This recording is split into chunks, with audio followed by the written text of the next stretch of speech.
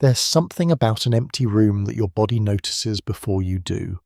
Not the quiet, not the absence of movement. Something underneath those things, older, more insistent. A faint shift in how your skin sits against the air. You probably wouldn't call it a feeling, it's too small for that, too automatic. But it's there, running along the underside of your awareness like a hand trailing water. Your nervous system is, right now, doing something it has done every moment of your life without once asking for your attention. It is reading the space around you, not metaphorically, literally. There are dedicated circuits in your brain whose entire function is to assess whether another body is present nearby. Not whether someone is visible, not whether you can hear them, whether the space itself has a certain quality, a weight, an occupancy, the hum of whatever's running in the other room, the faint pressure of the blanket across your leg. These are the textures your body is sorting through right now, filing quietly, comparing against something it already knows. This started a long time before you were born. Social mammals, and you are one thoroughly, down to the molecular level, evolved in proximity, not occasional proximity, constant overlapping warm proximity. Your nervous system was shaped inside that condition. It learned to read occupied space the way a hand learns to read a surface, automatically, continuously, without instruction. What that means practically is that your brain maintains something close to a background model of who is near you, not a conscious list. Nothing so organized. More like a field, a soft, persistent sense of the social geography of whatever space you're in. When the room empties, that field doesn't simply switch off, it recalibrates, and the recalibration has a texture. Some animals don't have this. Solitary species, certain reptiles, many insects, have no neural architecture for tracking the presence or absence of conspecifics. They don't need it. But you come from a long line of creatures that did need it. Creatures that survived in part by knowing, not thinking knowing, whether they were alone. There's a region in your temporal lobe, tucked into a fold called the superior temporal sulcus, that processes biological motion. The arc of a limb, the rhythm of a gait, the particular geometry of a body moving through space. It fires when you see another person walking. It fires when you imagine it. And there is some evidence, tentative, worth holding loosely, that it remains subtly active in social contexts even when no one is there. What it's doing in those moments isn't entirely clear. Monitoring, perhaps. Waiting. Running a low-level check on a situation it has been trained over a lifetime to take seriously. It's strange to sit with that. The idea that your brain has a circuit that is right now quietly looking for someone. The biology of this goes deeper than perception. Your autonomic nervous system, the part that runs your heart rate, your breathing, the tension held in your gut, responds differently to occupied and unoccupied space. This isn't dramatic, it doesn't announce itself, but the calibration is real. Heart rate variability shifts. Certain stress hormones maintain slightly different baseline levels depending on the perceived social proximity. This is not anxiety. It's not fear. It's something more mundane and more fundamental. A background physiological state that has been tuned across evolutionary time to function best in company. Solitude for a body like yours is not the default. It's a deviation, a tolerated one, often a chosen one, sometimes a desperately needed one, but a deviation. And your body knows it, even when your mind doesn't particularly mind. Right now, the room you're in has a weight. You may not feel it as weight. You may not feel it as anything. But somewhere in the machinery running below your thoughts, a very old system is doing what it always does. It is checking, finding nothing, adjusting. The ghost your brain builds when no one is around doesn't begin with a sound or a shadow. It begins here, in tissue, in baseline calibration, in the quiet insistence of a nervous system that was never quite designed to be alone. What that ghost is made of exactly, that comes later.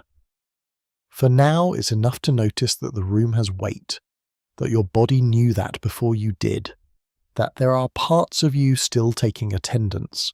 Before you could name fear, your body was already cataloguing it. Not anxiety, not dread.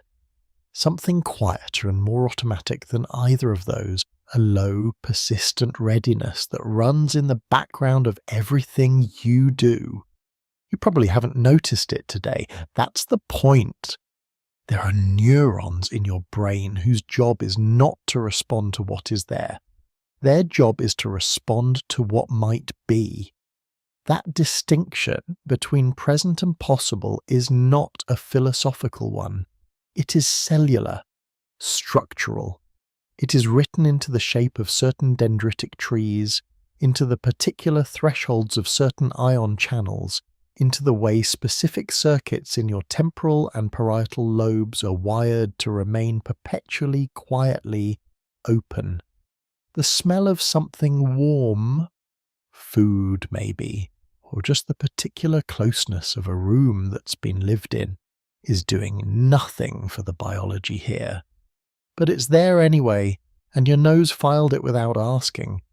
Your brain, meanwhile, is running something far stranger. There is a class of neurons, found most densely in regions like the right temporoparietal junction and the posterior superior temporal sulcus, that researchers sometimes call presence-sensitive. Not a formal term, more of a working description for cells that show elevated activity, not in response to a visible person, but in response to cues of a person. A sound that could be footsteps, a shift in air pressure that could be a door, a peripheral flicker that resolves into nothing. Could be. That phrasing matters. These cells are not waiting for confirmation. They fire on probability. Think about what that actually means inside a body. Your nervous system is not a passive receiver. It is a prediction machine, and not in the loose metaphorical sense that phrase sometimes gets used. Literally, structurally, your cortex is constantly generating predictions about what is about to happen, and then comparing incoming sensory data against those predictions. What you experience as perception is mostly the error signal, the gap between what was expected and what arrived. For social presence, this system runs with a particular kind of urgency. Because the cost of missing a person, evolutionarily, historically, in the longer counting of survival, was almost always higher than the cost of imagining one that wasn't there. So the threshold is low, deliberately, structurally, irreversibly low. Your presence detection circuitry is calibrated to fire early, to fire often, to treat ambiguity as signal rather than noise. Here is where it gets strange, and I'm not entirely sure how to explain this cleanly. The cells involved in detecting biological motion, the movement signatures of living bodies, are not cleanly separated from the cells involved in predicting biological motion. They overlap, they share circuitry, which means that in certain conditions, low light, fatigue, sensory ambiguity, the predictive system can, in a sense, generate its own input. Not hallucination in any clinical meaning, more like the expectation becoming slightly louder than the incoming data, the model briefly outrunning the evidence. This isn't dysfunction, it's the system working as designed, just tipped slightly past the point where external input is keeping it anchored. At the molecular level, this readiness has a chemistry. Norepinephrine, released from the locus coeruleus during states of alertness, lowers the firing threshold of exactly these circuits. It makes the presence detection network more sensitive, more trigger-ready, and the locus coeruleus, among its other functions, ramps up activity in conditions of isolation, darkness, and unfamiliar environments. Meaning, the ghost your brain builds is not random, it is chemically facilitated. The same neurochemical state that makes you alert and watchful in an empty room also makes your presence detection circuitry more likely to fire on weak or absent signals. You are, in a very real sense, most likely to sense something that isn't there precisely when you are most alone. There's something almost, tender maybe isn't the right word. But there is something in this that feels less like a malfunction and more like a loyalty. Your nervous system, running ancient code, still waiting for the group to return, still checking, still keeping the signal live on circuits that were never designed to go dark. The cells built to listen for footsteps don't stop listening just because the house is quiet. They lower the threshold instead, and wait. There's a fold in your brain, a crease really, running along the upper edge of the temporal lobe on both sides of your skull, that has been making decisions about other people your entire life without ever once consulting you. Not decisions in any deliberate sense. More like quiet rulings, continuous, automatic, issued and forgotten before they ever surface into thought. You've been in rooms with people you trusted and rooms with people you didn't, and this fold was part of what sorted them. What read the angle of a shoulder or the particular stillness of a face and returned a verdict your conscious mind received as a feeling, a hunch, an instinct that turned out to be right. It has been doing this since before you had language. What it processes, at its core, is biological motion.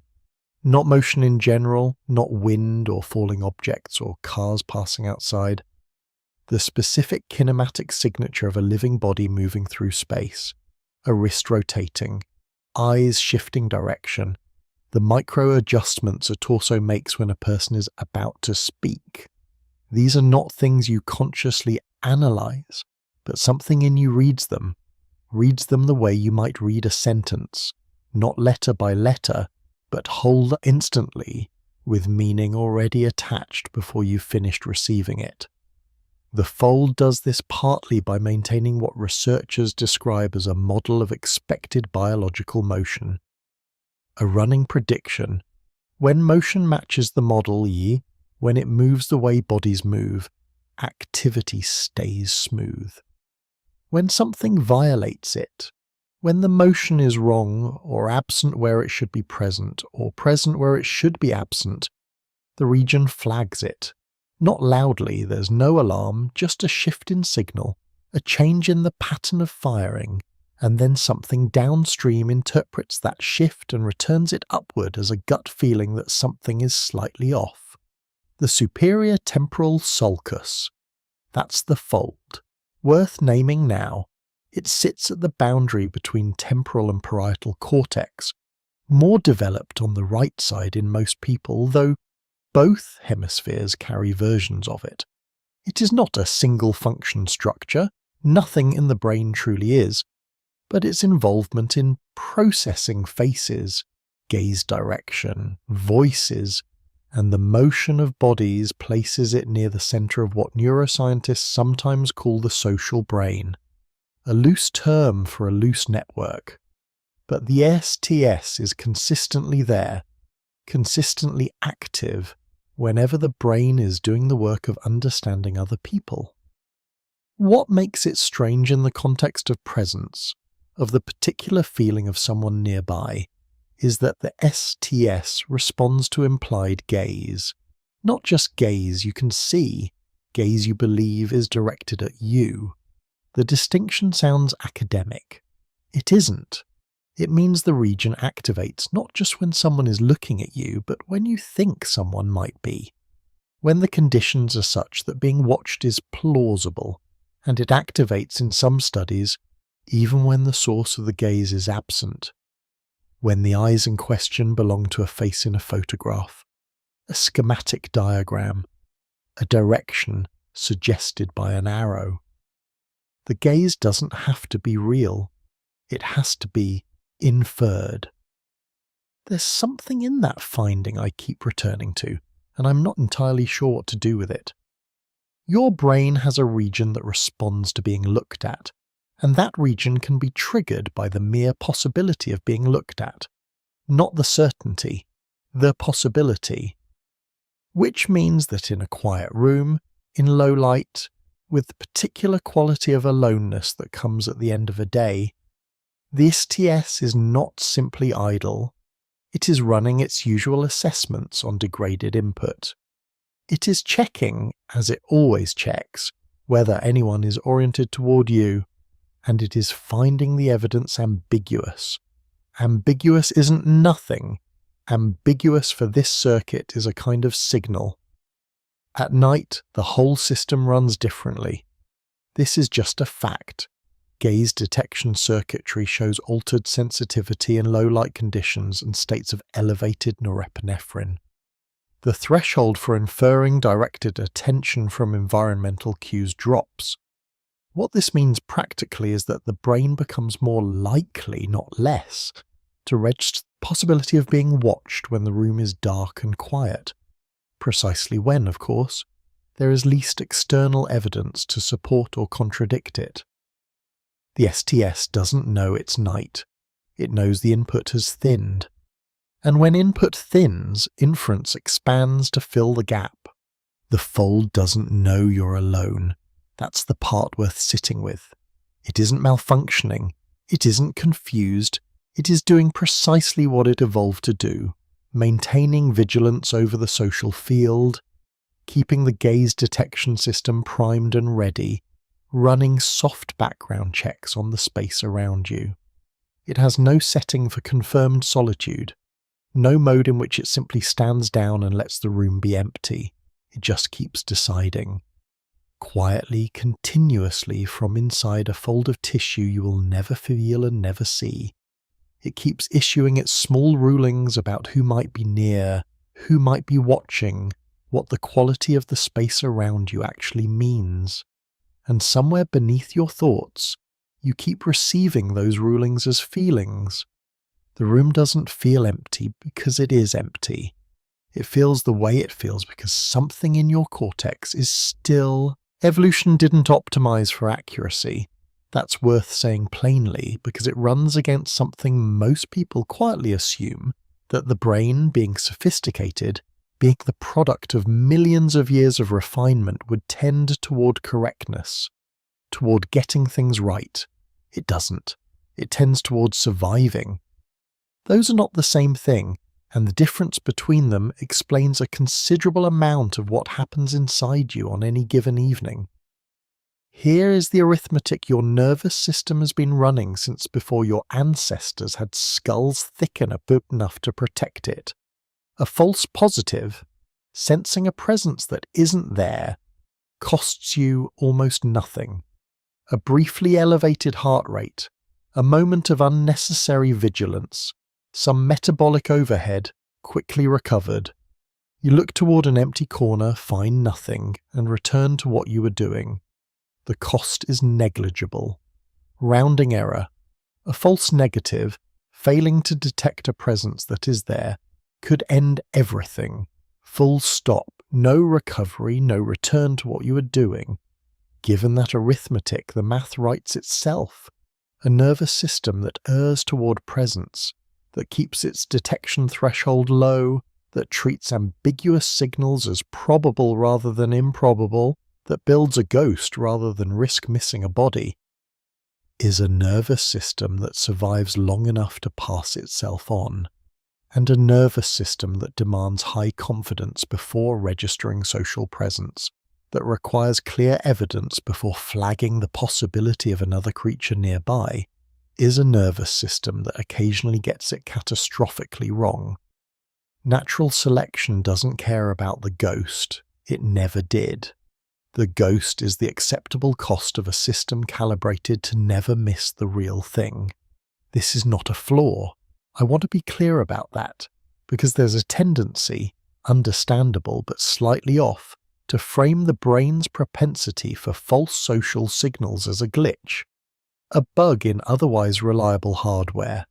It isn't.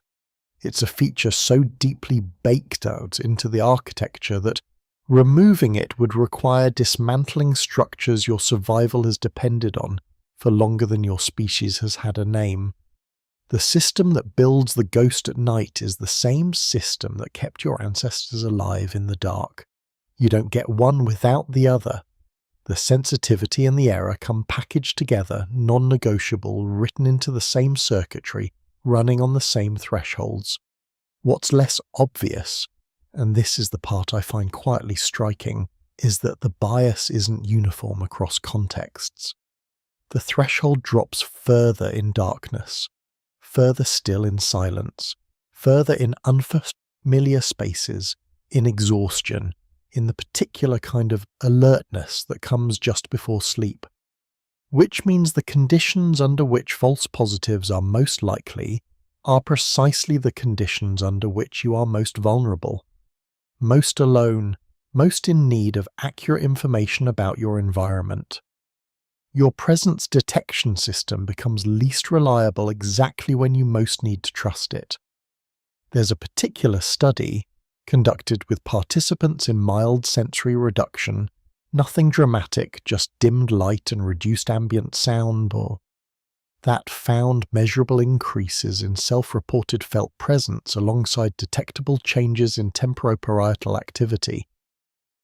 The participants weren't distressed. Most described it as subtle, a background sense that the room wasn't quite empty, not a hallucination, not a belief, just a feeling they couldn't quite dismiss. The researchers described it as consistent with a reduced precision weighting of sensory signals, a technical way of saying that when incoming data gets thin, the brain leans harder on its priors, and your brain's prior, built across evolutionary time, is that space is occupied. Empty is the hypothesis that requires proof. Presence is the default.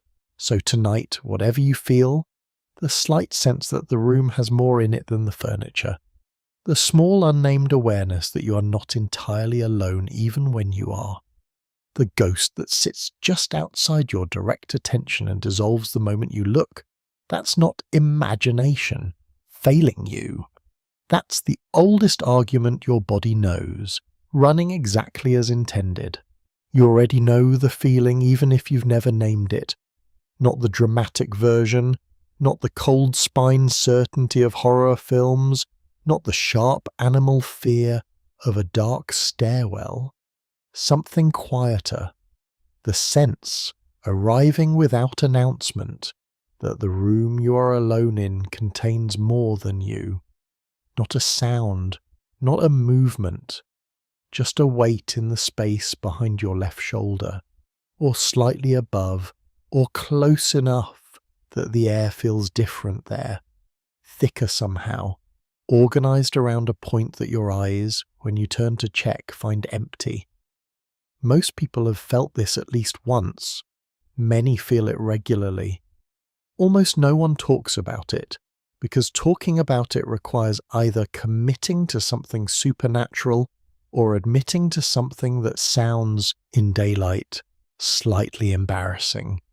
So it stays unspoken, filed under strange things the body does. But the body doesn't do strange things without reason. It does specific things for specific reasons, and this particular thing has a specific name and a specific address inside your skull. Just above and behind your ear, the right one mostly, though both sides contribute, there is a region where the temporal and parietal lobes meet.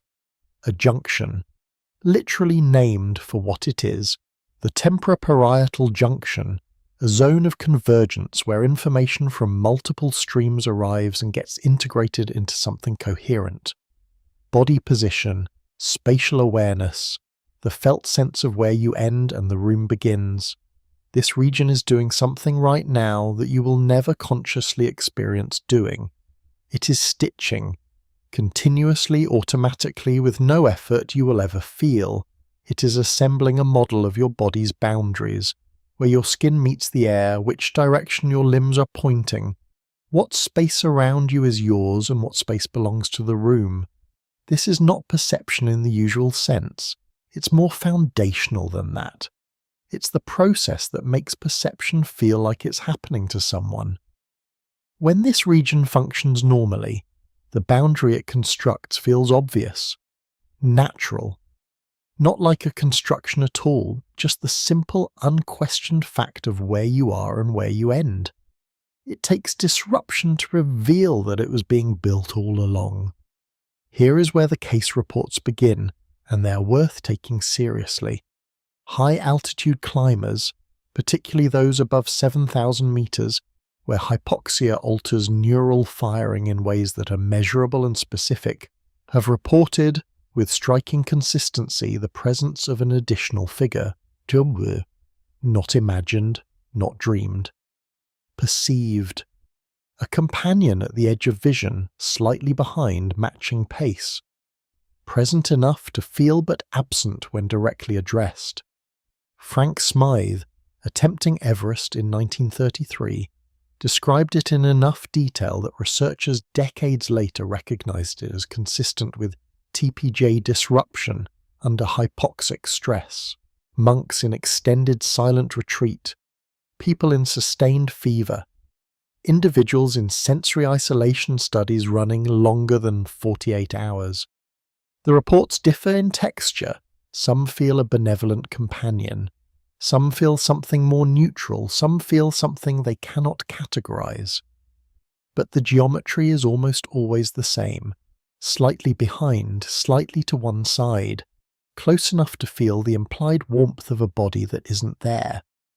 Researchers have induced something similar in laboratory settings. Targeted disruption of the right TPJ using transcranial magnetic stimulation produced, in some participants, a transient sense of a presence behind them. Not in all participants, not identically, but reliably enough to publish, reliably enough to suggest that what the climbers experienced and what the monks experienced, and what you may have experienced alone in a quiet room at some point in your life, is the TPJ losing, briefly, its grip on the boundary it builds. The boundary, when it slips, doesn't simply disappear, it redistributes. The brain, running its continuous model of a body in space, doesn't gracefully accept the absence of boundary information. It fills the gap. And what it fills it with, most often, is another body. A second self projected outward, slightly behind, slightly peripheral, present in the felt sense, without being present in the seen sense. This is not the brain inventing fiction, this is the brain doing what it always does, generating the most probable model from available data, and getting the source wrong, attributing to external space what is actually a failure of internal mapping. The second body feels like a visitor. It is actually a reflection. What I find genuinely difficult to resolve, and I don't think I'm alone in this, is the question of why the geometry is so consistent, behind and to the side, almost never in front, almost never above. The directional specificity suggests something about how the TPJ models self-locations in space. Something about the particular way body boundary information is organized in that region. But the exact mechanism isn't clean. The literature gestures at it without quite landing. There's also the question of why some people experience this regularly, and others almost never. Individual variation in TPJ lateralization, probably. Differences in interoceptive sensitivity. Possibly something about how the default mode network interacts with body boundary processing under low arousal conditions. Possibly something else entirely. Right now, at the side of your skull, slightly above the ear, a region of cortex is quietly maintaining the outline of you. It's been doing this every moment of your life, through sleep, through fever, through every room you've ever stood alone in. It constructs the boundary so automatically, so completely, that you've never once had to think about where you end. You've just always known, except for those moments when you didn't, when the room felt occupied, when something sat just behind your left shoulder and didn't move when you turned. That was the junction, working. Your body knows where it is, right now, without looking, without thinking about it. The angle of your wrist against the sheet, the particular weight of your head on whatever it's resting on, the soft compression of the surface beneath you, all of it is being continuously mapped, updated, filed. You don't experience this as information. You experience it as just being somewhere, being a body that occupies a specific known location in space.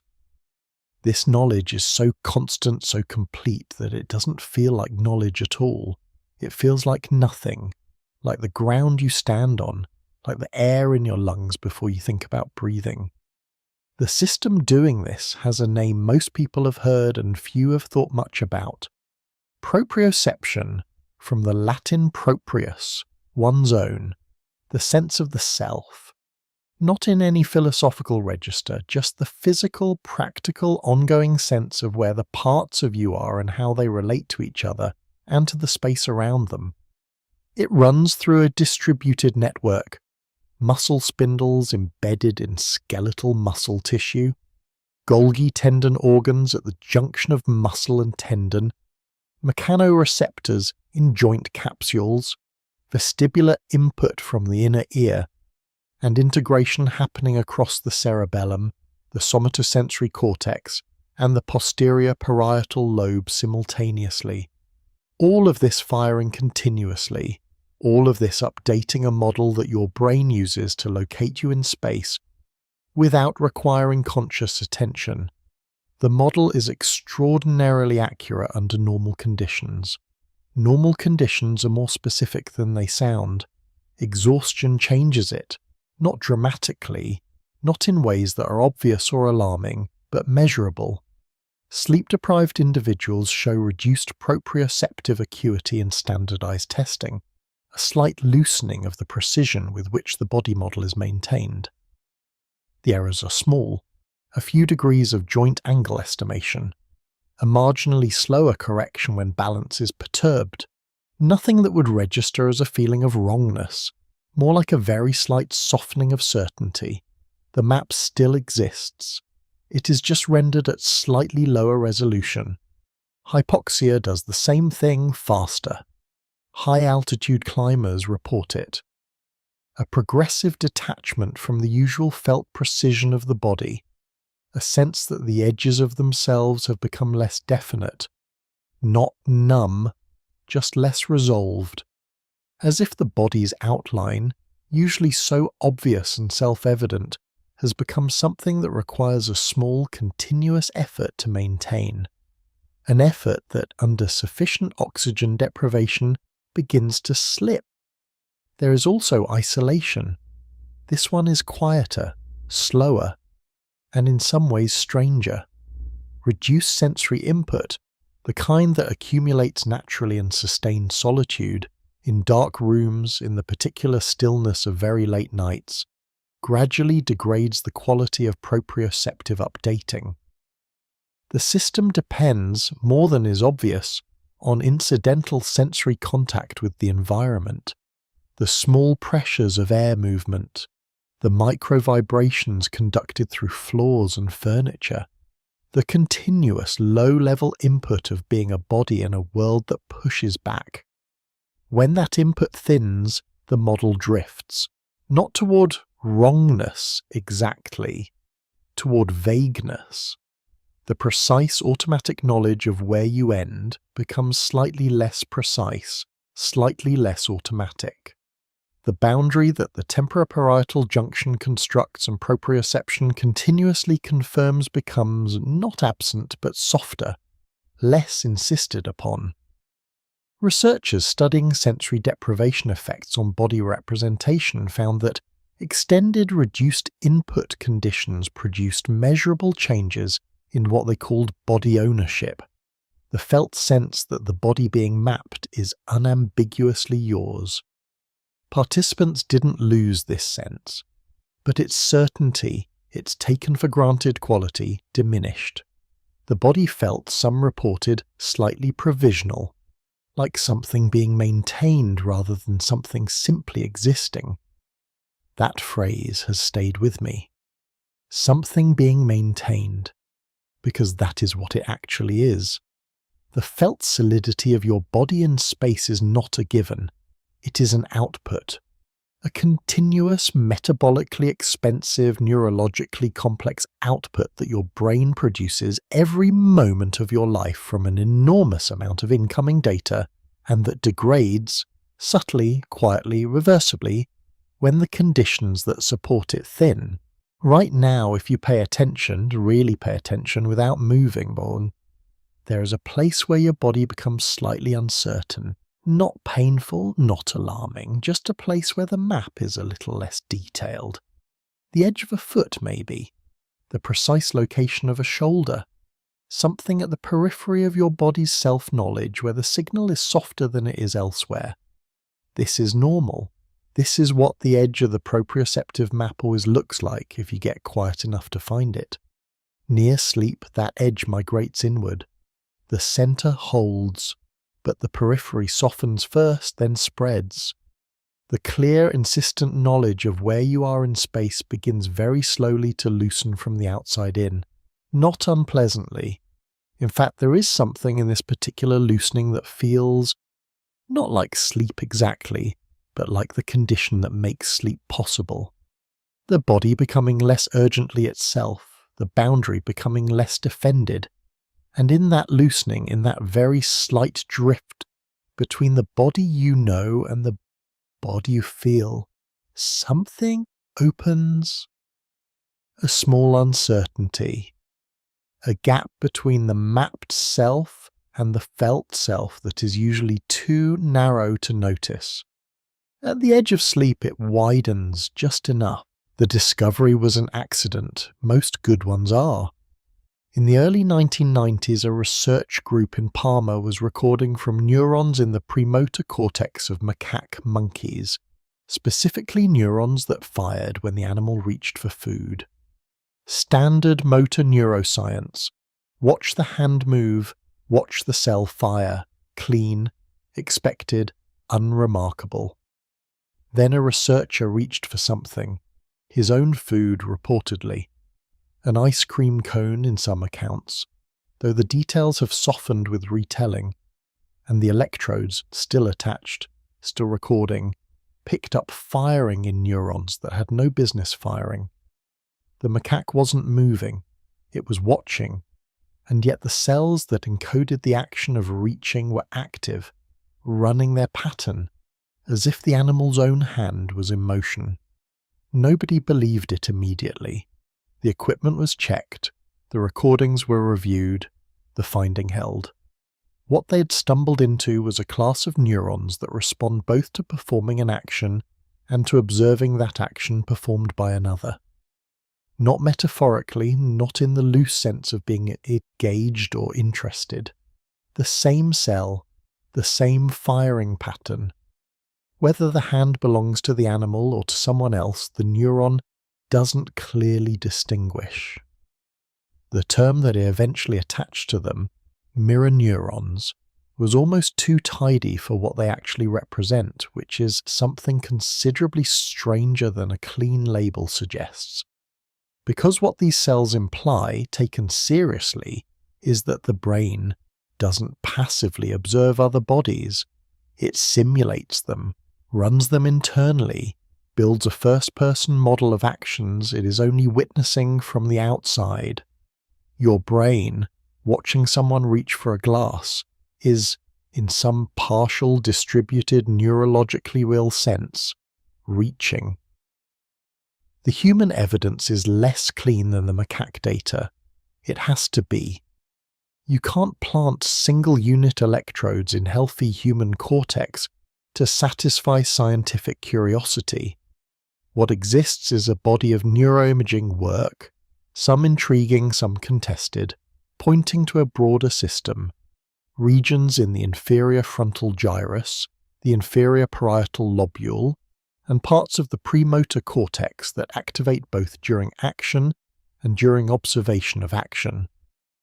Researchers call it the Action Observation Network, partly to sidestep the debates that the phrase mirror neurons tends to ignite, partly because the human system seems to be more distributed, more flexible, more tangled up with language and intention and social context than anything found in a macaque promoter area. But the core finding survives the debates. Watching a body move activates in your brain the circuitry that would move your own body in that way. And this activation happens not just for actions you observe directly, but for actions you hear described, actions you imagine, actions you anticipate. The simulation runs on incomplete input. It runs on suggestion, on the memory of having seen something similar, on the mere expectation that a body is about to do something.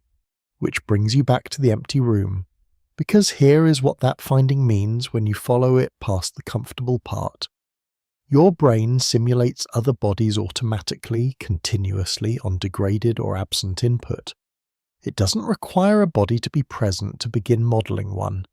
It requires only sufficient cue, a sound, a context, an expectation, the simple social fact of being a creature who has spent its entire life surrounded by other creatures whose movements it has been rehearsing internally since before it had words. In an empty room, late, in the quiet that settles after the particular kind of tiredness that comes from being around people all day, your brain is still running simulations, still modelling movement, still practicing the social, as if the group is about to return and it wants to be ready. The mirror doesn't require a reflection, it runs anyway. I find this one harder to sit with than most of the biology in this space, and I've been trying to figure out why. I think it's because it complicates the idea of solitude in a way that feels personal rather than academic.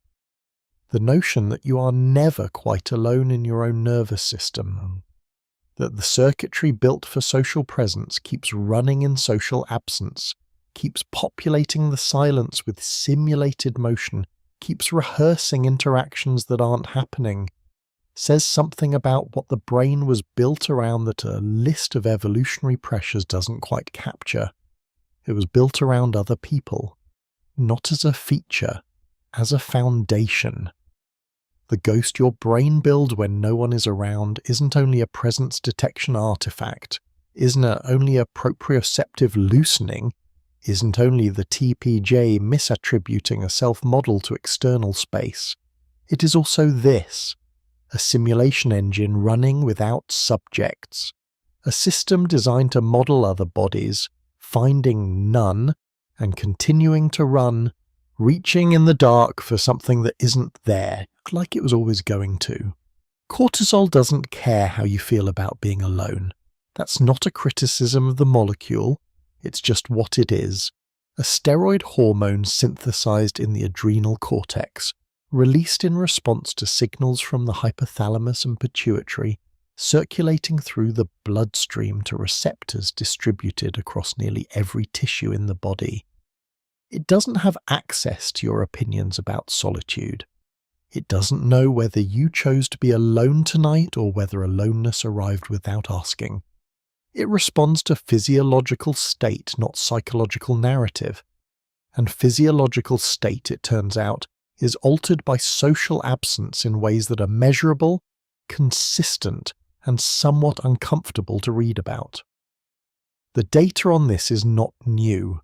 Studies going back several decades have found that perceived social isolation and, separately, objective aloneness in controlled conditions produces reliable changes in cortisol output. Not spikes, not crisis-level surges, something more like a recalibration of the baseline.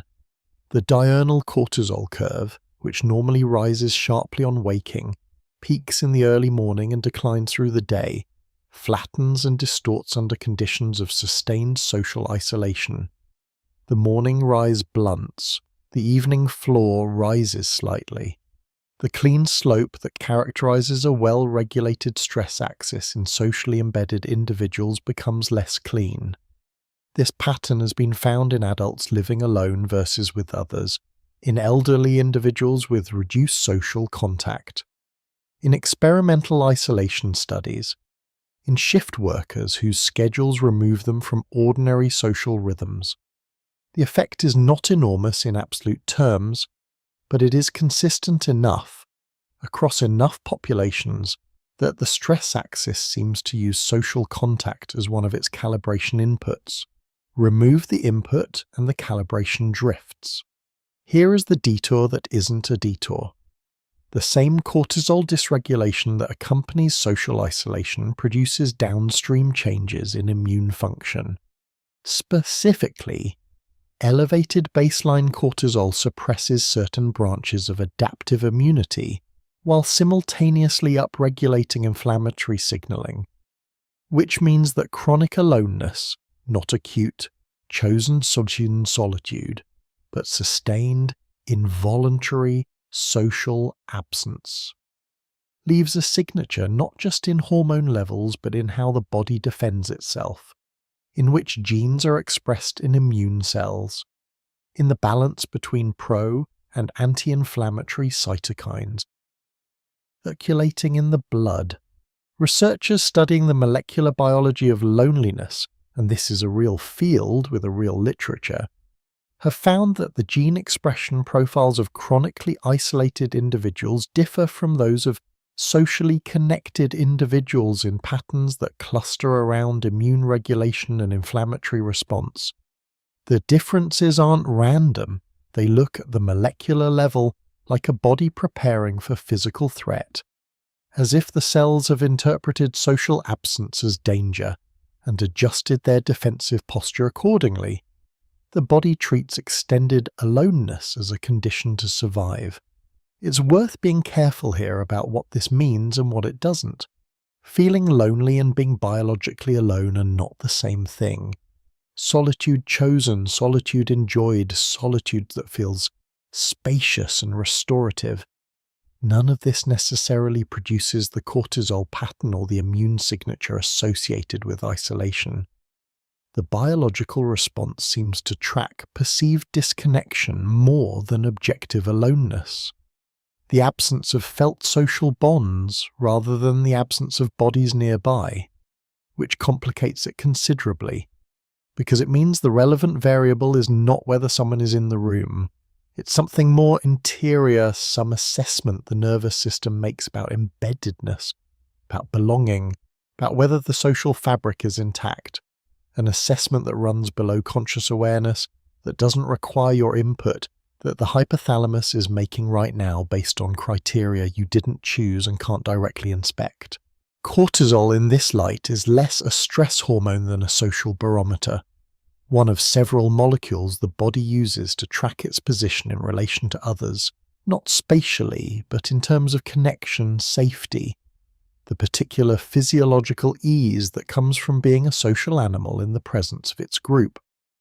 When that position shifts, when the markers of embeddedness thin, the barometer responds, the axis recalibrates. The immune cells adjust their posture, not because anything is wrong exactly, because something is missing. Tonight, in the quiet of whatever room you're in, your hypothalamus is running its assessment.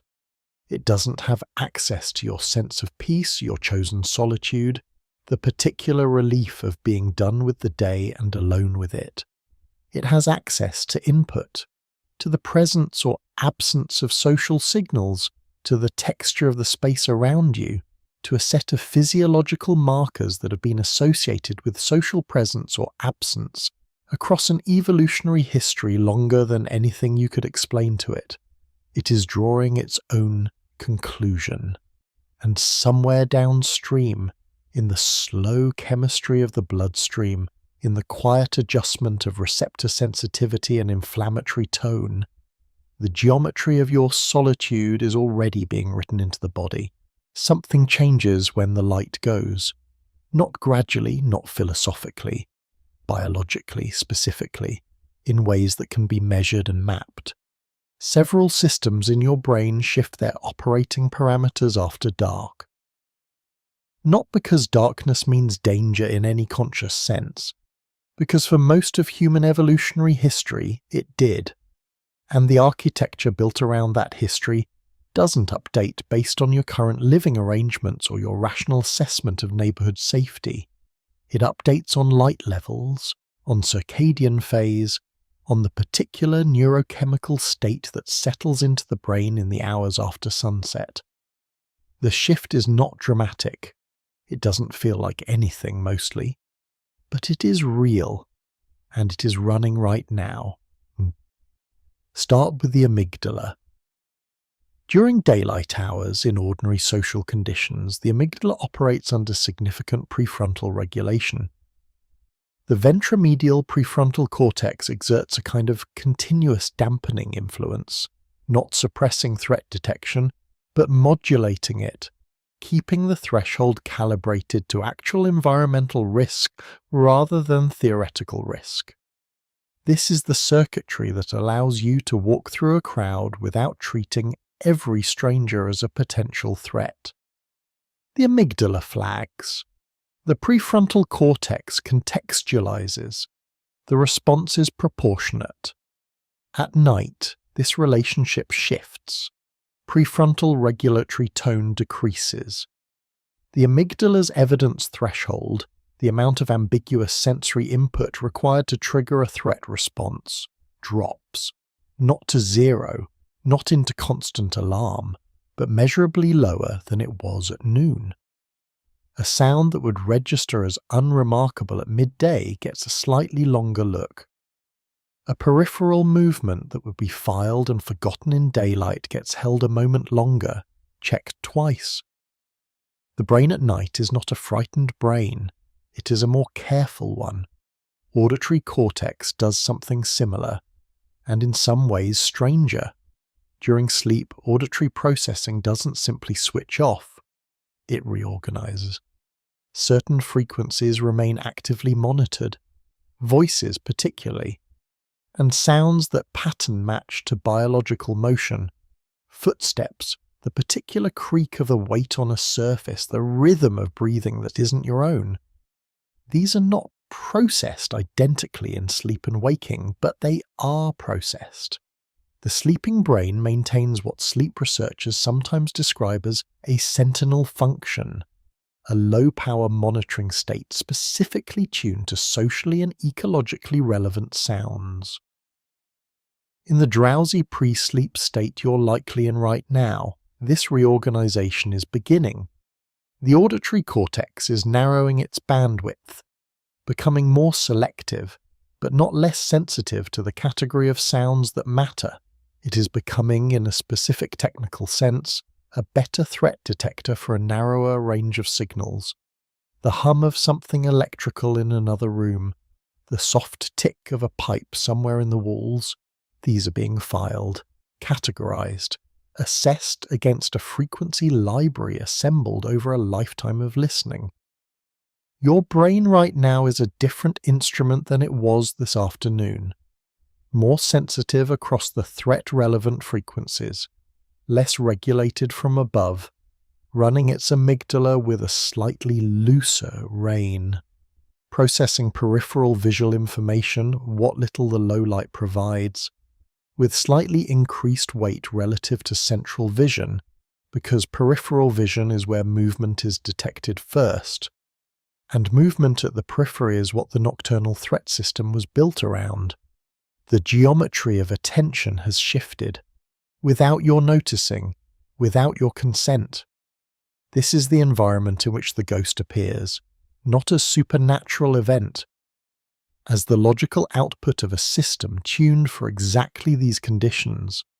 The presence detection circuits running at lower threshold, the auditory sentinel monitoring for biological sound, the amygdala holding ambiguous signals a fraction longer before releasing them, the prefrontal dampening slightly loosened, the proprioceptive map beginning its slow edge softening towards sleep, all of it running simultaneously, all of it pointing the same direction, toward presence, toward the possibility, not certainty, never certainty, just the low-cost, always available possibility that something is near and you right now. In whatever darkness or near darkness the room has become, the sounds the building makes settling into itself. The particular quality of late-night quiet that isn't quite silence, that has texture, has depth, has the small persistent sounds of a structure and a neighbourhood continuing their business without you. Your auditory cortex is listening to all of it. Your amygdala is holding the ambiguous parts a little longer than it would have at noon.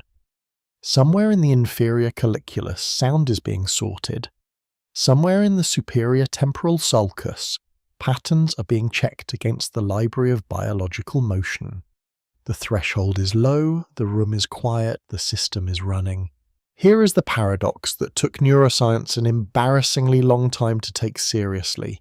When you stop doing things, when you close your eyes, let the task go, stop directing your attention at anything in particular, your brain doesn't quiet down.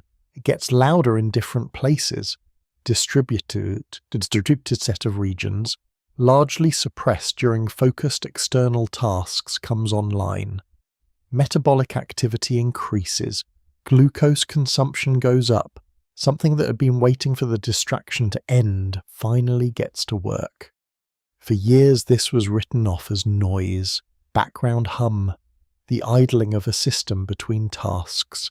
It took repeated careful imaging studies, and a few researchers stubborn enough to keep asking what the idling was actually doing, before the field accepted that this wasn't noise at all. It was the default. The network now called the default mode network, DMN, in the shorthand, has a peculiar anatomy. The medial prefrontal cortex, the posterior cingulate, the angular gyrus, the hippocampus and its surrounding regions. These areas don't obviously belong together functionally, and for a while their co-activation was treated as a quirk of imaging methodology rather than a real biological system. But the co-activation is real, and its function, when researchers finally mapped it carefully, turned out to be strikingly consistent.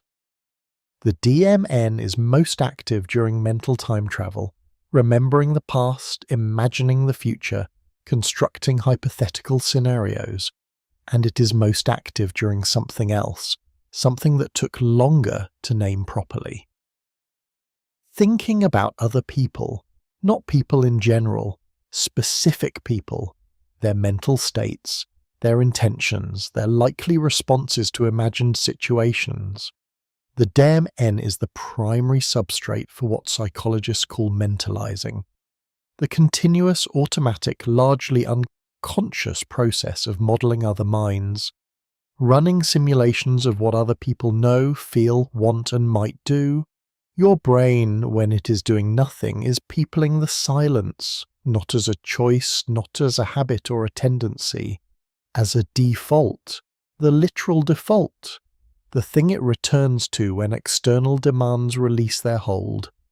Left to itself, your brain generates other minds, constructs their interiority, runs them forward and backward in time, populates whatever space it's given with the simulated presence of people who may not be nearby, may not be reachable, may not even be living. The city that never sleeps image almost works here, a metropolis of mental activity running through the night, lights on certain districts while others go dark. But cities sleep in shifts by district, by function. The DMN isn't a district. It's more like something underneath the city. Infrastructure. The thing running when everything else turns off. Except infrastructure doesn't think about your mother, or the conversation you had last Tuesday, or the person you haven't spoken to in 3 years, whose face appeared this morning without invitation and stayed for longer than made sense. The DMN does. There is a specific node within this network, the temporoparietal junction, which appeared in an earlier chapter in a different context, that handles the attribution of mental states to others. Theory of mind, the researchers call it. The capacity to model that other people have minds, that those minds contain beliefs and desires that differ from your own, that their behaviour can be predicted by modelling their internal states. This node is active right now, not because you're deliberately thinking about anyone, because the default state of your resting brain includes ongoing simulation of other minds, because mentalizing for a social species is not an activity you engage in. It is a condition you are in, a background process running continuously, consuming resources, generating output that surfaces occasionally into conscious thought as the unprompted memory of a face, the sudden awareness of a person you should call, the inexplicable sense of someone's presence in an empty room, that last one, the inexplicable sense of someone's presence in an empty room. The DMN runs its simulations without requiring external input. It models minds from memory, from expectation, from the long accumulated social history stored in the medial temporal lobe. It generates presence, not as illusion, as output. The normal, metabolically expensive, neurologically real output of a brain doing what brains like yours were built to do. The ghost isn't a malfunction of the default mode network. It might be exactly what the default mode network is for. You are not alone in here. You haven't been, not really, not in the neurological sense, since you first learned to model another mind, which was before you have any memory of it, before language, before the self-concept that now seems so obviously continuous with the person who learned it. Your brain populated the silence long before tonight. Tonight is not different. The quiet you're in right now is full of people your nervous system has been carrying for years, running forward, running backward, placing in hypothetical rooms, giving voices to. You don't have to think about them for them to be there. That's the whole point. That's always been the whole point. The blood keeps records. Not in any metaphorical sense, literally, chemically, in the concentrations of circulating proteins and the expression patterns of genes inside white blood cells. The blood carries a running account of the body's recent history, what it has encountered, what it has responded to, what conditions it has been living inside. Researchers who know how to read it can find signatures of chronic stress, of disrupted sleep, of sustained inflammation, of a body that has been quietly, persistently operating in a state it was not entirely designed for. Social isolation leaves one of these signatures. It is not subtle, and it has been found in enough independent studies across enough different populations that dismissing it has become difficult. Start with the cortisol picture established in the previous chapter, the flattened diurnal curve, the slightly elevated evening floor, the stress axis running without its usual social calibration. Sustained elevation of cortisol, even modest and chronic rather than acute, has well-documented effects on immune function.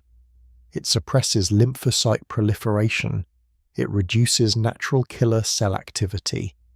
It shifts the balance of T helper cell subtypes in ways that alter how the immune system responds to both infection and its own inflammatory signals. None of this is dramatic in isolation. Each effect, taken alone, is small, but they accumulate, and they accumulate in a direction, toward a specific immune profile that researchers associate not with acute stress, which tends to produce a different pattern, but with chronic, low-grade, sustained physiological burden. The kind of burden that doesn't announce itself, the kind that accrues quietly over weeks and months in bodies that are technically functioning fine. The gene expression work is where it gets specific in a way that is harder to set aside. Stephen Cole and colleagues at UCLA have spent years analysing what they call the transcriptional fingerprint of social isolation.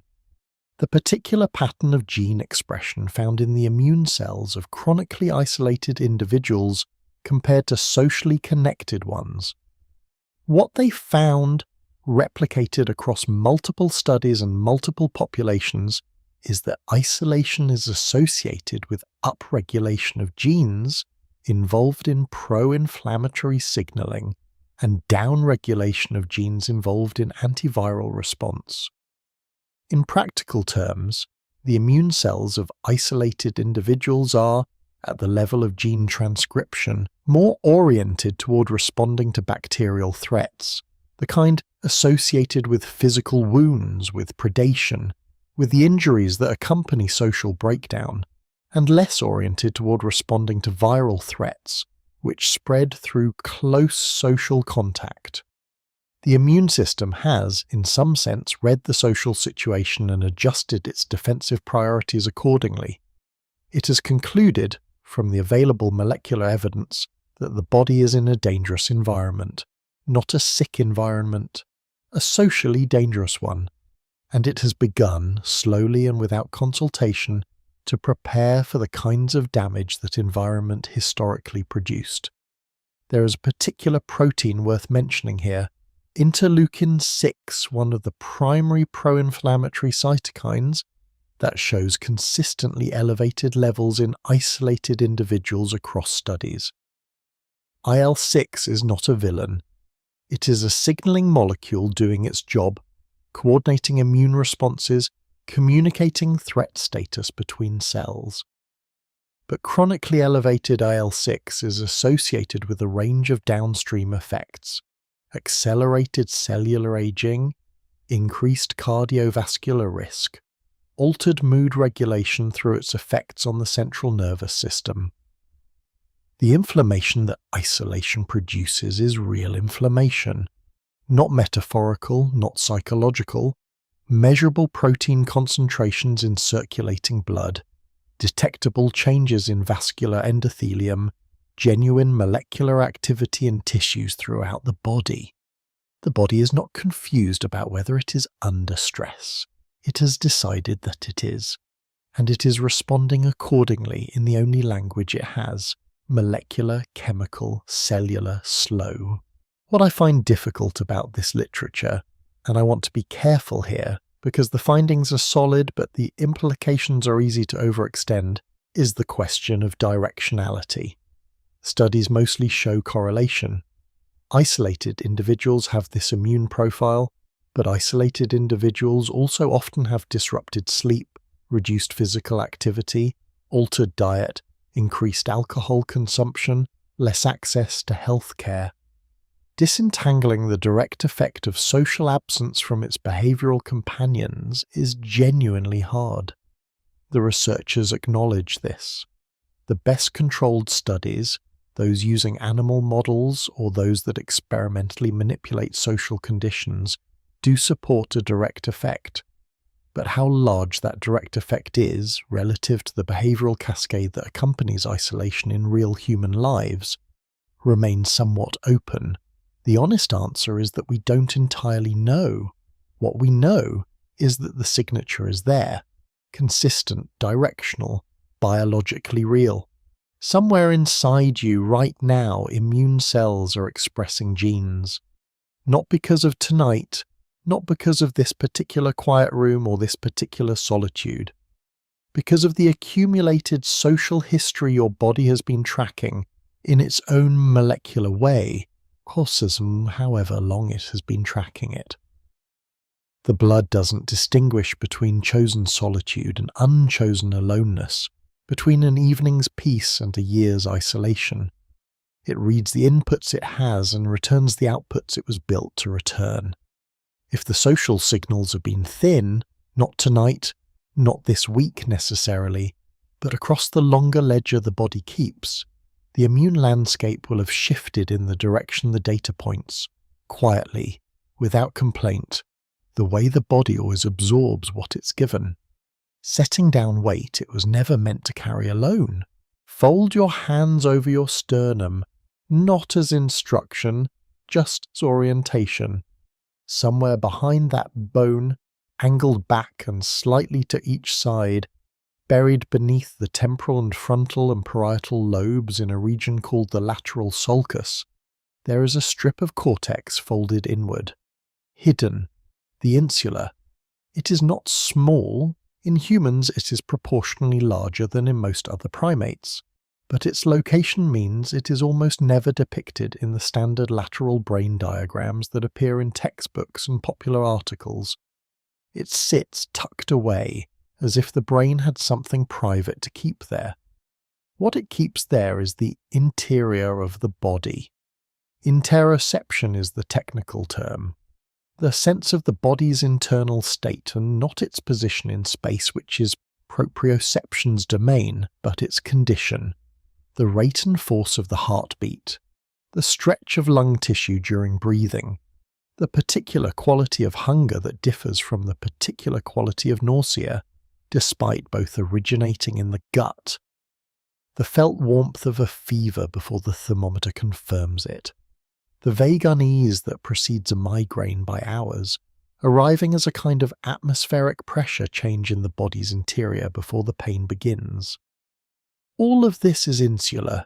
Not exclusively, interoception is distributed, like most things in the brain, but the insula is the primary cortical site where the body's internal signals are represented, integrated, and made available to conscious experience. It is, in a sense, the place where the body becomes information that the mind can use. What is less commonly discussed, what tends to get buried in the technical literature in ways I find quietly strange, is that the insula doesn't only do this, it also activates when you are being watched, not in some loose metaphorical sense of heightened awareness. Specifically, measurably, in imaging studies, designed to isolate the variable of perceived gaze, when participants believed another person was looking at them, even when that person was not visible, even when the belief was induced by instruction rather than actual observation, insular activity increased. The same region that processes your heartbeat processes the felt experience of being perceived. This is where I have to slow down, because the implication is stranger than it first appears. The standard interpretation, and it is a reasonable one, is that being watched is arousing in the physiological sense. Heart rate changes, skin, conductance changes, the body's internal state shifts, and the insula tracking that internal state reflects the shift. The perception of gaze is emotionally and physiologically significant, so of course the interoceptive cortex is involved.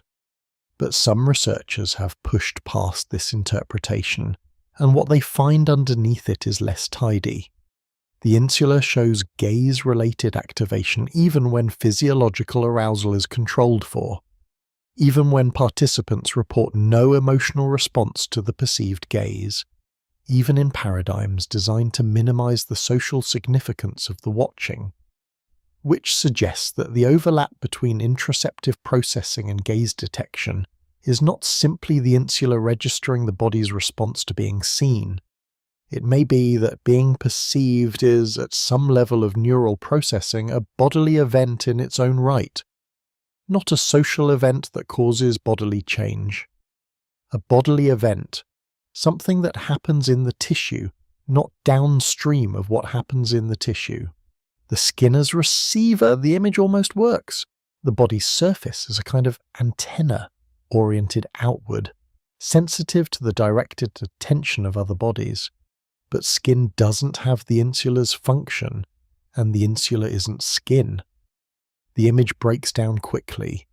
What's actually happening is more interior than that, more central, less about surface sensitivity, and more about how the brain categorizes the experience of social perception alongside the experience of embodiment. They are not, apparently, entirely separate categories. There is a related finding worth adding, because it extends the strangeness rather than resolving it. The insula is also involved in the experience of social exclusion, the particular feeling of being left out, overlooked, socially invisible. Studies using the cyberball paradigm, in which participants are excluded from a simple virtual ball-tossing game, show insular activation during exclusion that overlaps with activation during physical pain. Not identical, but overlapping, sharing circuitry, sharing something of the neural substrate that processes events that damage the body's integrity. Being unseen, it turns out, activates some of the same tissue as being hurt. And being seen, being perceived, attended to, held in another mind, and activates the tissue that processes the body's interior. The insula is behind your sternum right now, processing, not resting. The insula doesn't rest. Not while you're conscious, possibly not while you're asleep. It is tracking the rhythm of your heart, the slow expansion of your lungs, the particular quality of the physical state your body is in at this specific moment of this specific night. And somewhere in that continuous interior accounting, in the same folded strip of cortex doing all of that quiet somatic work, something is running a related calculation. Something about whether your skin is the oldest sense organ you have, older than eyes, older than ears, older than the chemical receptors that became taste and smell. Before any of those systems existed in anything like their current form, there were cells sensitive to mechanical pressure, to the push and pull of the physical world against the body's surface. Touch is not a refinement, it is the original. Everything else came after, and because it came first, it is woven into the nervous system at a depth that the later senses aren't quite. Not more important, necessarily, but more foundational, more continuous, more involved in processes that have nothing obvious to do with feeling something against your skin. The mechanoreceptors responsible for tactile sensation are not a single type of cell. There are at least 4 distinct classes in glabrous skin: the smooth, non-hairy skin of the palms and fingertips, and additional types in hairy skin which covers most of the body's surface. Meissner's corpuscles in the fingertip ridges, responding to light touch and texture. Merkel discs at the boundary between epidermis and dermis, slow to adapt, holding in information about sustained pressure. Pacinian corpuscles deeper in the dermis and subcutaneous tissue, tuned to vibration. Ruffini endings, stretched by skin deformation, involved in the sense of grip and the perception of lateral forces. Each type connects through distinct neural pathways. Each projects to different cortical targets. The somatosensory cortex doesn't receive a unified touch signal. It receives a simultaneous, parallel stream of different kinds of tactile information that it integrates into the coherent felt experience of, say, a hand resting on a warm surface. What's less visible in this picture, and this is the part I keep returning to, is that these pathways don't just transmit information, they calibrate. The nervous system tunes itself through use. This is true of vision, of audition, of motor control, is profoundly true of touch. The somatosensory cortex devotes representational space to body regions in proportion to how much tactile input they receive, not fixed, not anatomically predetermined past a certain developmental point, but plastic, responsive. The cortical map of the body shifts with experience, with practice, with the history of what has been touched and what has touched back.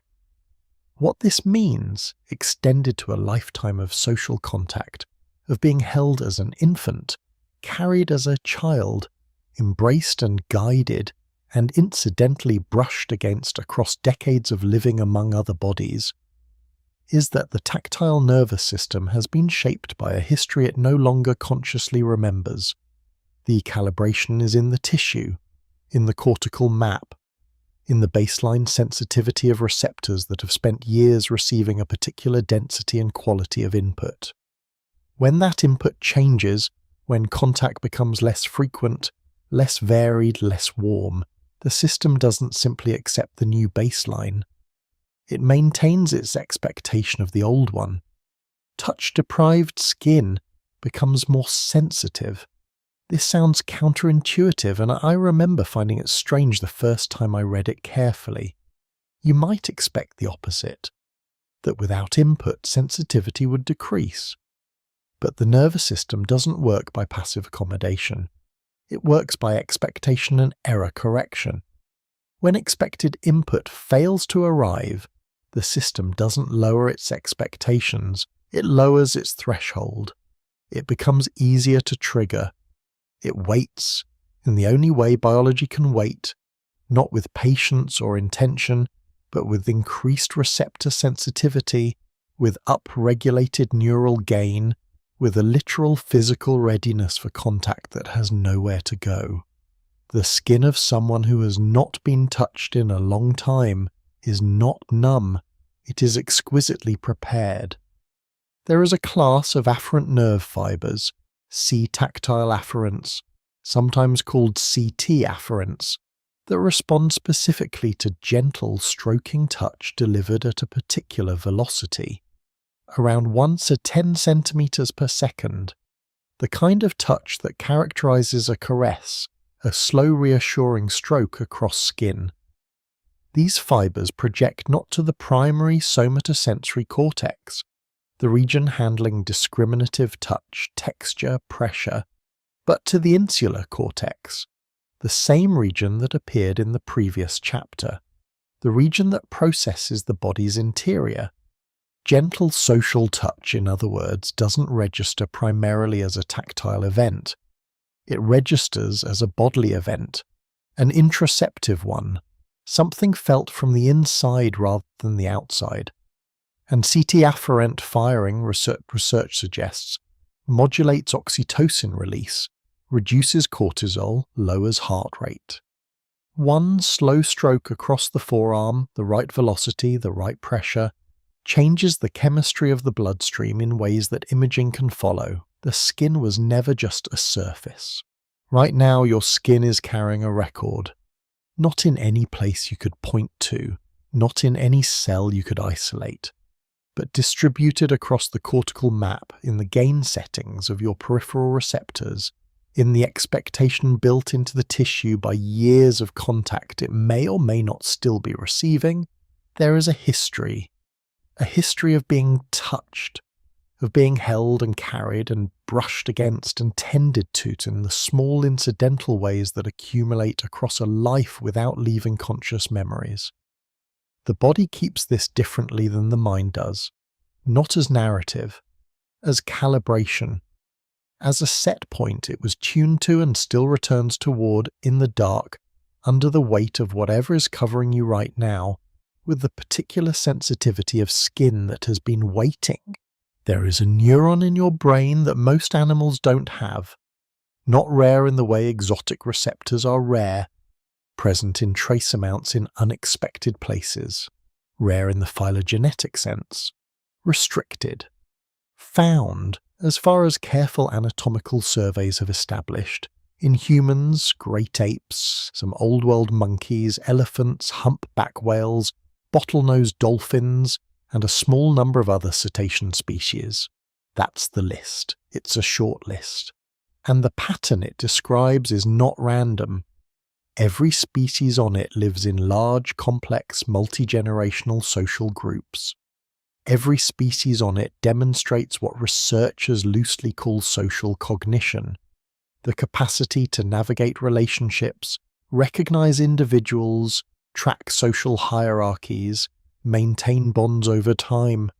Every species on it has a brain that devotes unusual resources to the problem of other minds. The cell is called a von Economo neuron, sometimes a spindle cell for its shape. The shape is worth describing because it is genuinely unusual. Most projection neurons, neurons that send signals over long distances through the brain, are pyramidal. They have a broad, branching apical dendrite reaching upward, a wide dendritic tree spreading laterally, a long axon descending, They look under a microscope like a tree in full structure. Root system, trunk, canopy. Von Economo neurons don't look like that. They are elongated, narrow, tapered at both ends into a shape that gives them their common name, a spindle or a fusiform, a form that minimizes lateral branching in favor of axial length. They have a single apical dendrite and a single basal dendrite. That's almost it. The morphology is stripped down, lean, built for speed over complexity of local integration. They are found in layer 5 of the anterior cingulate cortex and the frontoinsular cortex, two regions with heavy involvement in emotional processing, interoception, and social cognition, and they project, via their long axons, to distant cortical and subcortical targets in a way that suggests rapid, long-range signal transmission rather than local computation. Whatever they're doing, they seem built to do it fast. Their function is not fully mapped. That has to be said plainly. What exists is a combination of lesion data, comparative anatomy, and correlational imaging work that points in a consistent direction without arriving at certainty. Patients with frontotemporal dementia, a neurodegenerative condition that preferentially destroys von Economo neurons in its early stages, show characteristic early symptoms that include loss of social judgment, reduced empathy, difficulty reading vocal situations, and a flattening of the intuitive responses that normally guide social interaction.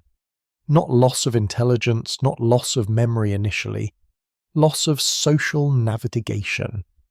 The cells that die first are the ones that were, apparently, most involved in the rapid intuitive processing of social information, the kind that happens before conscious analysis, the kind that tells you something is wrong in a room before you can say what it is, the kind that generates the felt sense of another person's emotional state without requiring you to think about it. The comparative distribution keeps returning to the same argument. Rats don't have these neurons, mice don't, cats don't. Species with complex and extensively mapped nervous systems, species that have been studied in more neuroanatomical detail than almost any other animals. They don't have spindle cells. The feature isn't ancient, it isn't conserved across mammals the way basic limbic structures are.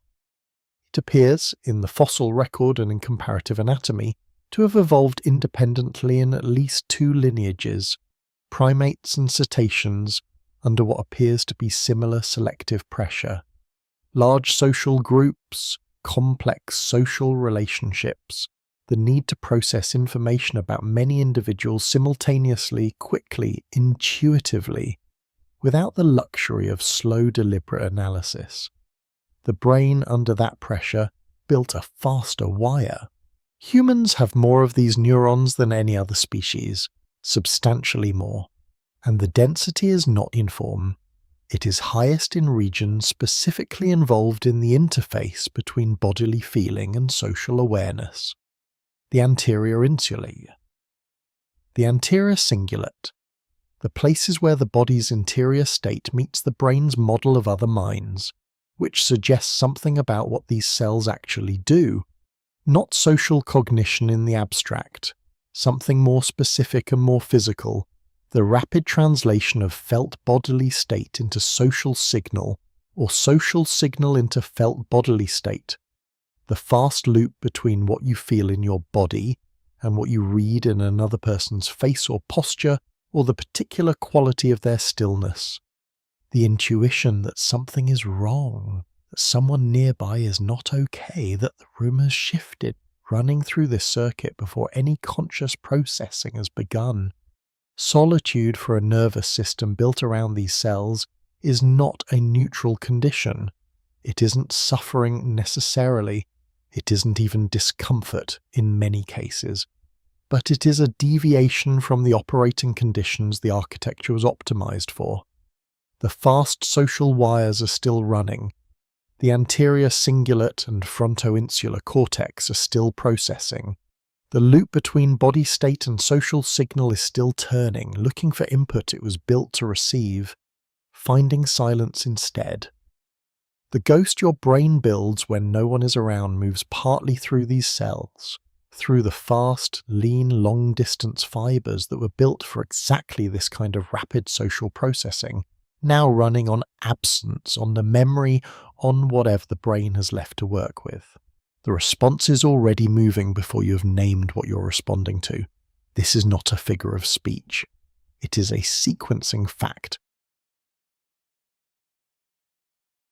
Measurable in milliseconds, documented across decades of neurophysiological research. Threat responses, changes in heart rate, pupil dilation, postural adjustment, the particular shift in muscle tone that precedes either movement or freezing, begin in structures so deep in the brain that calling them part of your mind feels like a category error. They are part of your brain. They are not, in any meaningful sense, part of your thinking, and they move faster than thinking does. Start at the bottom. The reticular formation, a loose, diffuse network of nuclei running through the brainstem from the medulla up through the pons and into the midbrain, is one of the oldest structures in the vertebrate nervous system. It predates the cortex by a considerable evolutionary margin. It does not think, it does not analyze. What it does is maintain arousal, modulate attention, and coordinate the rapid, whole-body responses that keep an organism alive when something significant happens in its environment. Significant for the reticular formation is a biological category, not a cognitive one. Loud sounds, sudden movements, darkness after light. The cessation of expected ambient sound, the specific silence that means something that was making noise has stopped. These inputs reach the reticular formation through pathways that bypass the cortex entirely, or arrive there long before cortical processing has finished. The reticular formation doesn't wait for your opinion. Above it, the periaqueductal grey, a region wrapped around the cerebral aqueduct in the midbrain, coordinates what researchers call defensive behaviours: freezing, flight, the particular physiological state associated with imminent threat. Heart rate changes, respiration shifts, the redistribution of blood flow away from the gut and toward the large muscle groups. The PAG receives input from the amygdala, from the hypothalamus, from the spinal cord. It sends output to motor systems, autonomic systems, pain modulation pathways. It has been doing this in one form or another for approximately 400 million years. Your cortex has been doing anything for a fraction of that. The amygdala sits above both of these, anatomically and evolutionarily, and it receives something that researchers discovered only after they expected not to find it. A direct, fast pathway from the thalamus, not through the cortex, not through the careful layered processing that produces conscious perception. A raw, low-resolution signal arriving at the amygdala roughly 12 milliseconds before the cortex has finished processing the same input. Joseph Ledoux called this the low road. The high road, the cortical route, takes longer, produces finer discrimination, allows context and memory and judgment to modulate the response. But the low road is already there, already doing something, already initiating what will become a response before the high road has delivered its more considered verdict. The amygdala, receiving that fast thalamic signal in an empty room, in darkness, with the particular ambient silence of very late night, doesn't wait for the cortex to confirm whether the stimulus warrants concern. It flags, it prepares.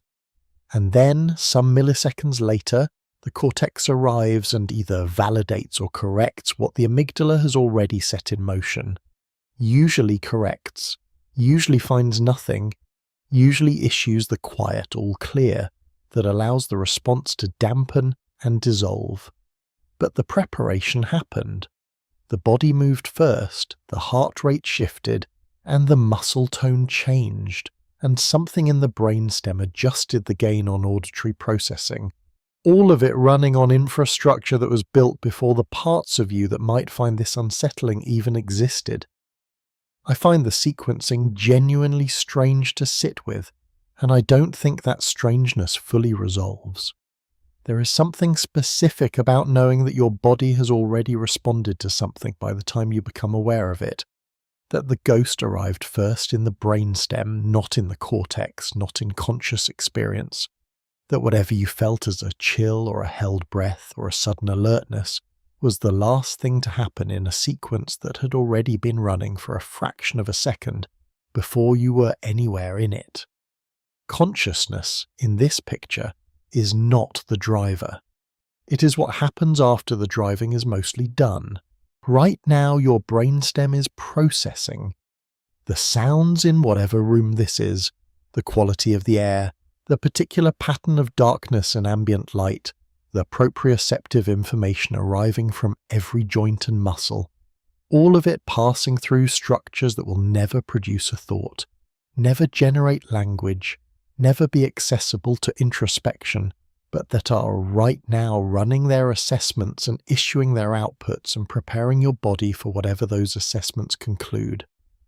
By the time anything reaches you, by the time you feel the room shift, or notice the particular quality of the silence, or sense something at the edge of your attention that resolves into nothing when you look, the brainstem already knew.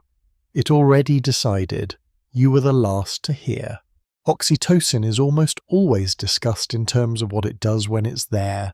The bonding hormone, the trust molecule, the neurochemical substrate of attachment, of the particular warmth that moves between a parent and an infant, between people who have chosen each other, between bodies that have learned to feel safe in proximity. The popular literature on oxytocin is extensive and relentlessly positive, and not entirely wrong. The molecule does those things, some of them under the right conditions, with the inevitable caveats about context dependence that the popular literature tends to leave out. What gets less attention is what happens in its absence. Or more precisely, what happens when the receptor system built to receive it sits waiting and the signal doesn't come. Oxytocin is a neuropeptide. 9 amino acids, synthesized primarily in the paraventricular and supraoptic nuclei of the hypothalamus, stored in the posterior pituitary, released both peripherally into the bloodstream and centrally into the brain, through axonal projections that reach a surprisingly wide range of targets. The peripheral and central releases are partly independent. Blood oxytocin levels don't reliably reflect what's happening in the brain, a fact that complicates the interpretation of a lot of the older research, but doesn't undermine the core findings about central oxytocin signaling. The receptors are where the architecture becomes interesting. Oxytocin receptors are not distributed uniformly, they cluster. The anterior cingulate cortex, the nucleus accumbens, the amygdala, the hypothalamus, the brainstem. Each of these regions has been studied enough to have a partial account of what oxytocin signaling does there. Reduces amygdala reactivity, modulates reward circuitry, influences the hypothalamic stress axis, shapes the processing of social stimuli in ways that make them feel more relevant, more salient, more worth attending to. But the distribution itself says something before any of those functional accounts are consulted. These are regions involved in threat assessment, in social reward, in the basic felt sense of safety and danger. The receptor map is a map of where the brain most expects social information to matter, a map of where connection, when it arrives, will be received, and where its absence will be registered. The anterior cingulate is the region I want to stay with for a moment.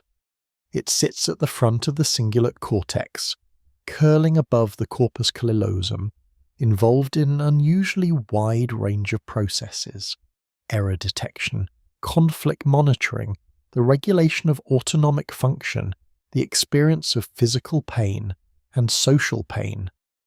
The imaging literature on social exclusion, on the experience of rejection, disconnection, being unseen, consistently implicates the anterior cingulate in ways that overlap, without being identical to its activation during physical discomfort. The overlap is real and it is uncomfortable to look at directly, because it implies something about the biological weight of disconnection that social pain as a phrase doesn't quite capture.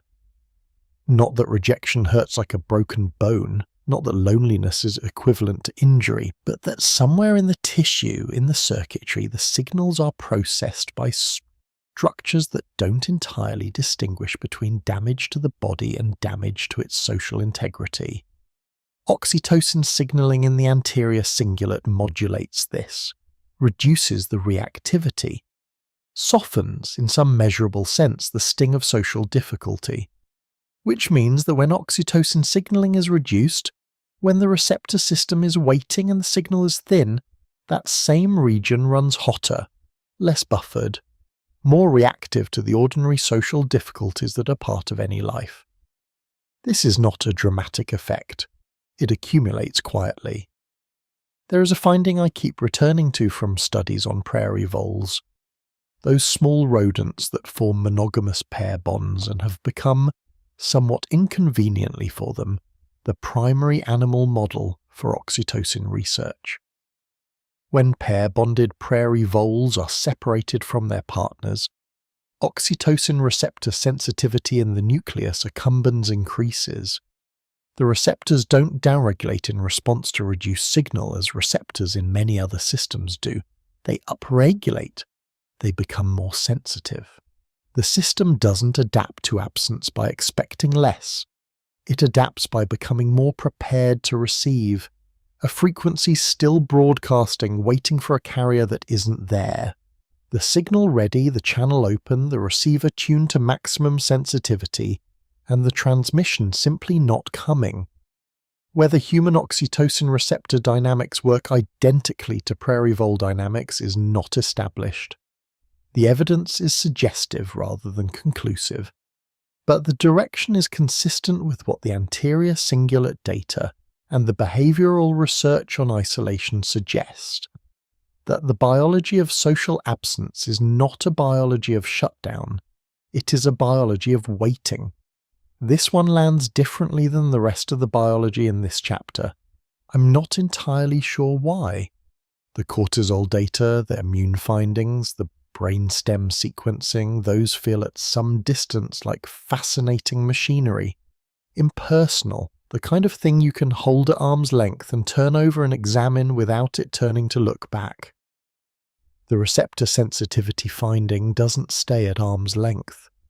There is something in the image of a system becoming more sensitive in the absence of what it was built to receive, not shutting down, not adapting away, but opening further, waiting, harder, tuning itself toward a signal that isn't coming, that feels less like neuroscience and more like something else, something that doesn't have a clean biological name.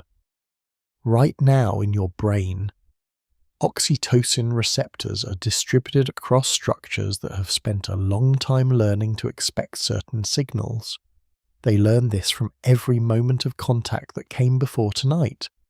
Every held hand, every voice that arrived warm in a room, every instance of proximity that the body registered as safe. The receptor system was shaped by that history, calibrated to it, carries it. Tonight, the room is quiet. The signal may be thin, but the architecture built to receive it hasn't changed, hasn't closed, is still, in the only way biology knows how to wait, open. Something is changing in your brain right now. Not dramatically, not all at once. A slow chemical tide moving in a direction it has moved every night of your life, carrying the nervous system from one kind of being toward another. You probably feel it already, not as a feeling exactly, more as a slight loosening of the effort it takes to hold thoughts in sequence. A small reduction in the insistence of things.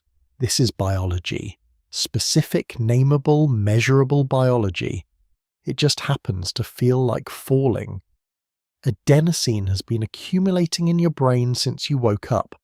It is a metabolic byproduct produced whenever neurons fire, building gradually in the extracellular space across the waking day, binding to receptors in the basal forebrain and the brainstem that progressively suppress arousal as its concentration rises. This is the mechanism behind sleep pressure.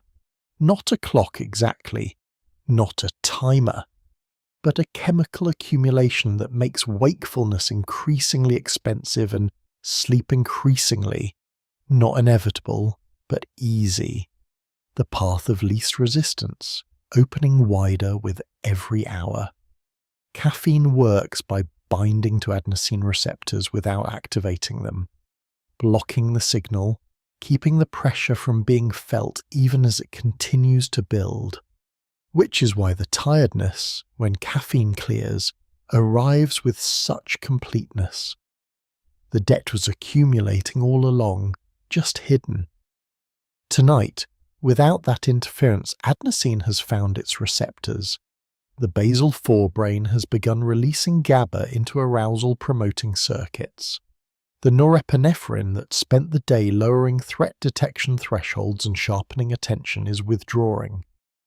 The thalamus, which spent your waking hours relaying sensory information to the cortex, is beginning to gate that relay closed. The world is becoming quieter. Not because it is quieter, because the systems that carry the world into your brain are standing down. The hypnagogic threshold sits somewhere just ahead of where you are. Not a place, a state. The boundary between waking and sleep, where the brain's normal error correction systems, the one that continuously compare incoming sensory data against expectation and flag discrepancies, begin to lose their grip. Where the prefrontal cortex, last of the cortical regions to go offline in sleep onset, starts to release its regulatory hold on the rest of the brain. What happens at that boundary is genuinely strange. Images arrive that weren't constructed intentionally. Sounds occur that have no source. The sense of the body's location in space, maintained all day by proprioception and the vestibular input, and the continuous work of the posterior parietal cortex, begins to soften.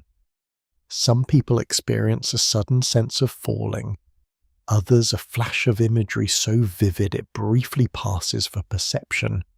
The boundary is not a wall, it is a gradient, and you are somewhere on it right now. The ghost in this state becomes harder to locate.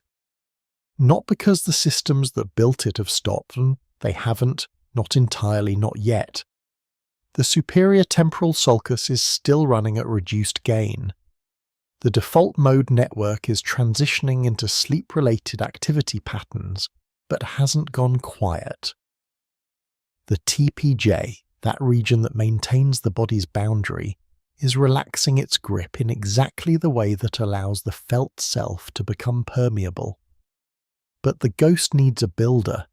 It needs the presence detection circuits running at sufficient gain. The threat appraisal system awake enough to interpret ambiguous signals.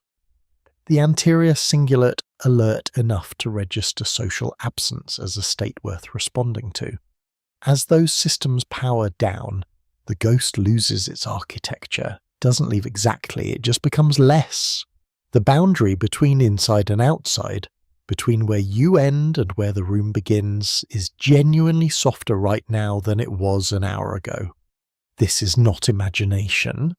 The TPJ's body boundary construction requires metabolic resources and continuous sensory input, and both are thinning. The proprioceptive map is becoming less detailed at its edges. The insula's interoceptive tracking is beginning to slow. You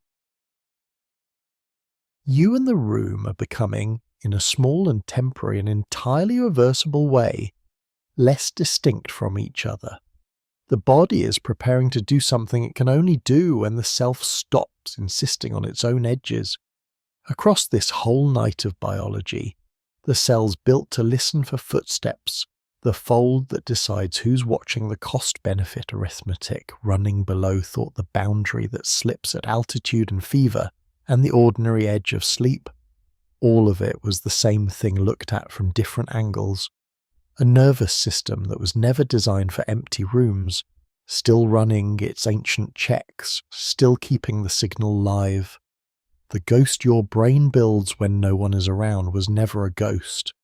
It was the system, working, waiting, built for a world where the group always came back, still believing even now, even here, even as the adenosine finds its last receptors and the thalamus closes its gate and you and the room and the soft dark between them slowly stop being separate.